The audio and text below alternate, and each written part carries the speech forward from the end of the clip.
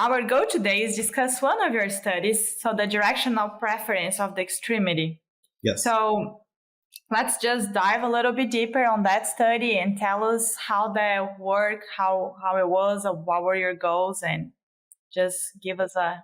Yeah, so on one of the latter studies, it was a similar study designed to it's the same name. I don't know why. That just seemed to make sense, but it was directional preference of the risk to preliminary investigation. And that was just 19 consecutive risk patients. And we tried to predict associations with matching directional preference to derangement syndrome, and just looking at the classification of consecutive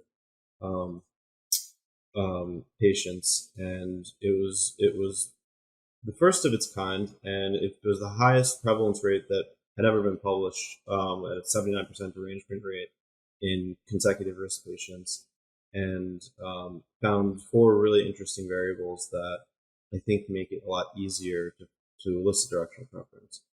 In that study, we ended up finding a lot of interesting loading strategies and some patterns that just made sense and made it easier to find. So, comparatively, the previous research was showing between like a 20 and 40% prevalence rate in derangement syndrome in the periphery. And, anecdotally, I was like, that's not at all what I see. It's way more similar to spine. It's at a 70 to 80% range. And it was unclear why that was. And within that study, we theorized a couple different reasons. So when that was published, it was kind of like, well, is this applicable to every joint and the rest of, the periphery? So that kind of led to this study, because it was really interesting. And in going through that study, I started to see different patterns and recognize different patterns and think differently about my history in the peripheral joint. And anecdotally, it made sense, and I was seeing it.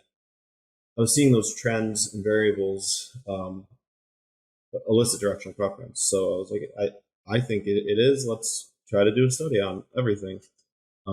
So yeah, it was just a continuation of that to try to get more patients and see if it was applicable to periphery. And also, what we didn't do in the risk study was try to predict if there is spine referral, because I've also see a high prevalence of spine referral to isolated peripheral pain, people that have specific pathoanatomical, lateral epicondylgia that gets referred from the neck, a rotator cuff tear that's completely referred from the neck, carpal tunnel syndrome that's completely referred from the neck, or thoracic spine. And so we wanted to try to look and see if we could find association or some indicators that it might be of benefit to screen the spine in a much more thorough way.